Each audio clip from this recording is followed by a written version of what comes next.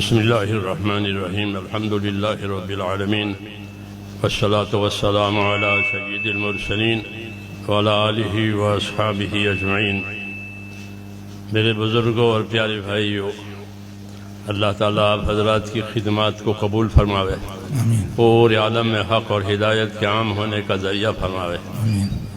اللہ کا دین یہ ہمارے پاس امانت ہے، ہمارے پاس امانت ہے، اس کی حفاظت بھی ہمارے ذمہ ہے، اس کے ارشاد بھی ہمارے ذمہ ہے، اور اپنی ذات سے اس پر استقامت کرنا بھی ضروری ہے۔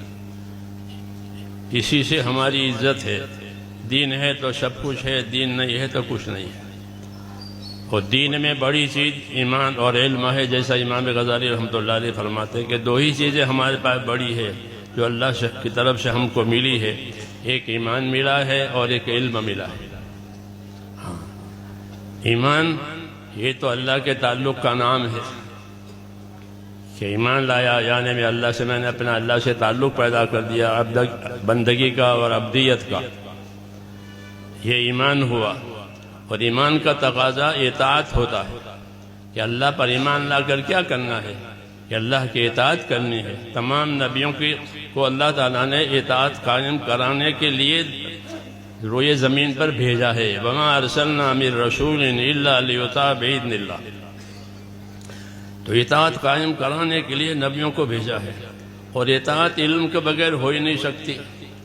اس لیے اللہ تعالیٰ نے نبیوں کو جس طرح بھیجا، ان کے ساتھ یہ علم اتارا ہے، علم الہی۔ یہ بڑا شرف ہے۔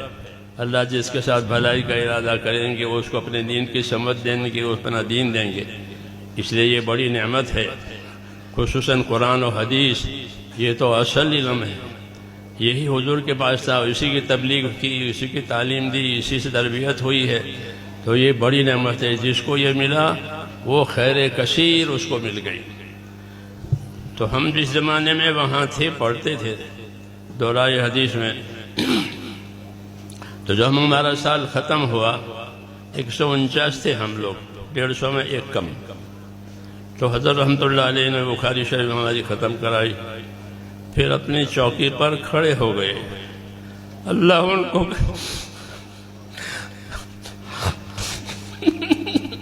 اللہ ان کو غنی کا رحمت کرے، آمین۔ اللہ ان کے درجات کو بلند فرمائے۔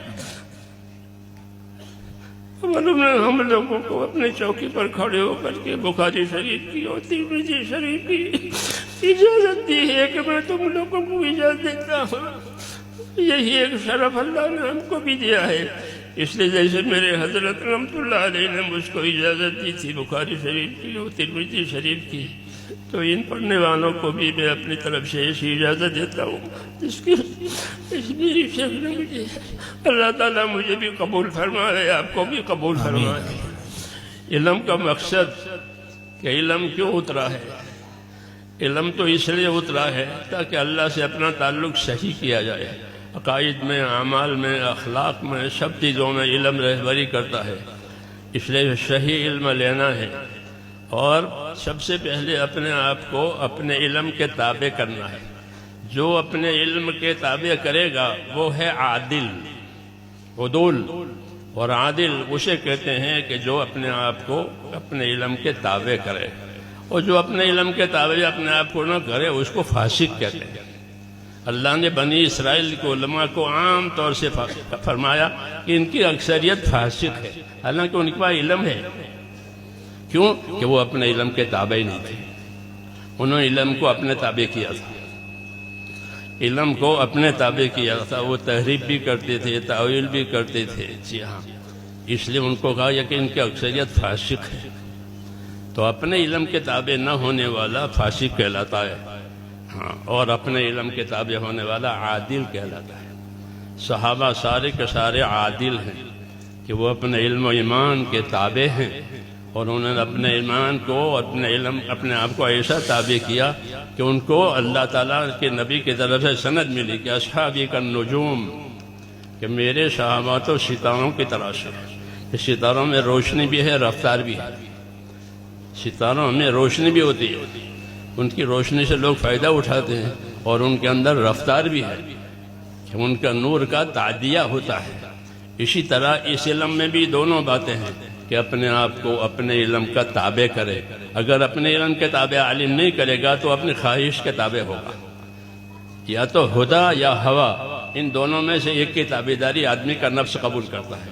اگر ہوا کے تابع ہو گیا تو پھر وہ کام سے گیا. کہ سب سے زیادہ گمراہ وہ ہے جو ہوا اور خواہشات کی تابعداری کرے. اس کے مقابلے میں ہدا ہے، صحیح ایمان، صحیح عقائد، صحیح اعمال. هو الذی ارسل رسولہ بالہدی ودین الحق، کہ اللہ نے اپنے نبی کو ہدا اور دین حق یعنی صحیح عقائد، صحیح اعمال کے ساتھ بھیجا ہے. تو ہم اس کا اتباع کریں گے، اس کی ہمیں ہدایت ہے. یہی وہ علم ہے جو نبی کریم صلی اللہ علیہ وسلم کی طرف سے ملا ہے.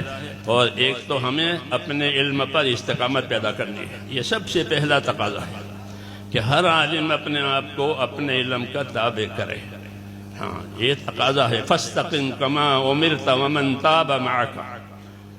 آپ کو حکم دیا جا رہا ہے کہ اے نبی، جو بات آپ پر آ رہی ہے اپنے آپ کو استقامت کے ساتھ اس پر رہیں، اور جو آپ پر ایمان لائیں وہ بھی استقامت کے ساتھ رہیں. تو ہمارے علم نے ہم کو استقامت کی دعوت دی ہے. اللہ نے کہ اپنے علم پر استقامت کے ساتھ رہو. دوسری ذمہ داری کہ علم کو اللہ نے ایک مشترک سرمایہ بنا کر کے اتارا ہے کہ اس میں سب کا حصہ ہے. جیسے بارش کے پانی میں سب کی روزی ہے. حضور صلی اللہ علیہ وسلم اپنے علم کی مثال بارش کے پانی سے دیتے تھے. مثل ما بعثنی اللہ من العلم والہدی کمثل غیث الی آخر حدیث، کہ جو علم و ہدایت دے کر پروردگار نے مجھ کو بھیجا ہے وہ ایسا ہے جیسا کہ آنے والی بارش. تو بارش میں سب کا رزق ہے، بارش میں سب کی حیات کا سامان ہے. اسی طرح حضور صلی اللہ علیہ وسلم جو علوم لے کر آئے ہیں وہ علوم انسانیت کے ہر طبقے کے لیے ہدایت کا بھی سبب ہے، نجات کا بھی سبب ہے.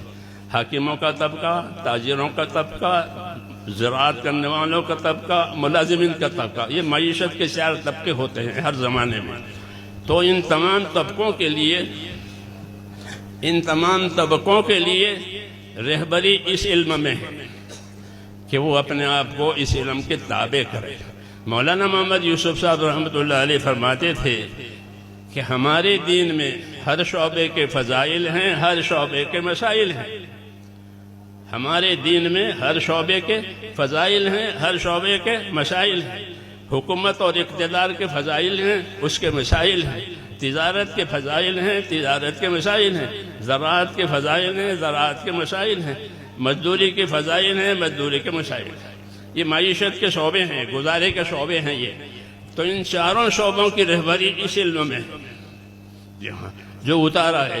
اس لیے یہ مشترک سرمایہ ہے سب کے لیے کہ جن کے پاس آوے یہ علم وہ اپنے آپ کو اس کا تابع کرے. دوسرا، اور دوسروں کو اس کی دعوت دے، اور جو دعوت قبول کر کے آوے وہ طالب ہے، اس کو طلب کے مطابق اس کو علم دے. اس طرح یہ طریقہ رہا ہے، اور اسی طرح یہ علم چلتا ہوا اللہ تعالیٰ نے ہم تک پہنچایا ہے.